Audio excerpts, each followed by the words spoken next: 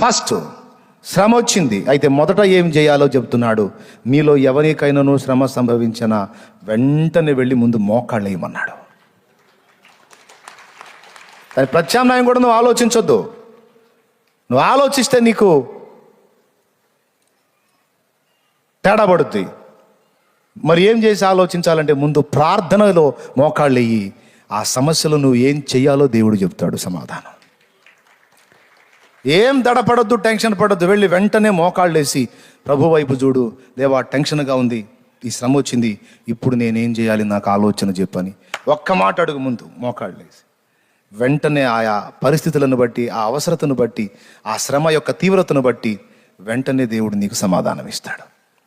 అంటే ఏం చెబుతున్నాడంటే, శ్రమ సంభవించినా అయితే సలహా దేవుని దగ్గర అడుగు అంటున్నాడు. వెంటనే వెళ్ళిపో. 4 రోజులు ఆగి 5వ రోజు పొమ్మని చెప్పాలా.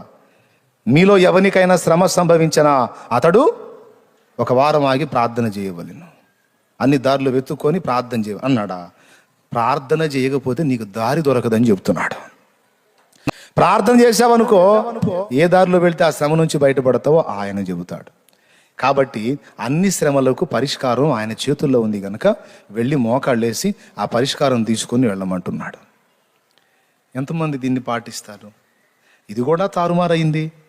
శ్రమ సంభవించగానే ముందు గందరగోళం అయిపోవడం, ఇతరులను గందరగోళం చేయటం, ప్రత్యామ్నాయ మార్గాలు వెతకటం, ఇదంతా సరిపోయింది.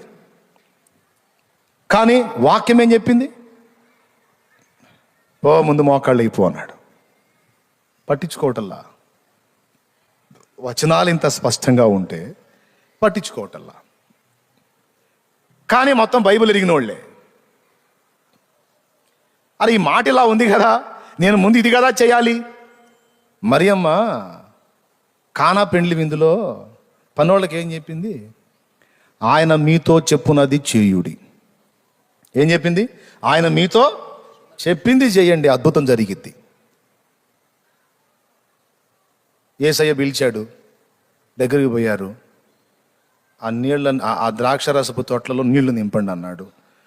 ఇక వీళ్ళేం అడ్డు చెప్పాలా? ప్రభువా, నీళ్ళ తొట్లు కాదయ్యా, ద్రాక్షారసపు తొట్లు ప్రభువా అల్లా. ఎందుకు? మరియమ్మ చెప్పిన మాట వాళ్ళు బాగా గుర్తుపెట్టుకున్నారు. ఏంటి? ఆయనకు అడ్డు చెప్పకండి, ఆయన మీతో చెప్పునది చేయుడి. చేస్తే ఏం జరిగిద్ది? అరే, దేవుడు చెప్పింది చేస్తే ఇంకంతా మేలేగా. ఎవరన్నా పనికి మాలిన సలహాలు ఇస్తే కొంప మునిగిద్ది, కానీ మంచి సలహా ఇచ్చేవాళ్ళు ఎవరున్నారు మనకంటే? ఫస్ట్ దేవుడే వస్తాడు లెక్కలోకి. అవునా కాదా?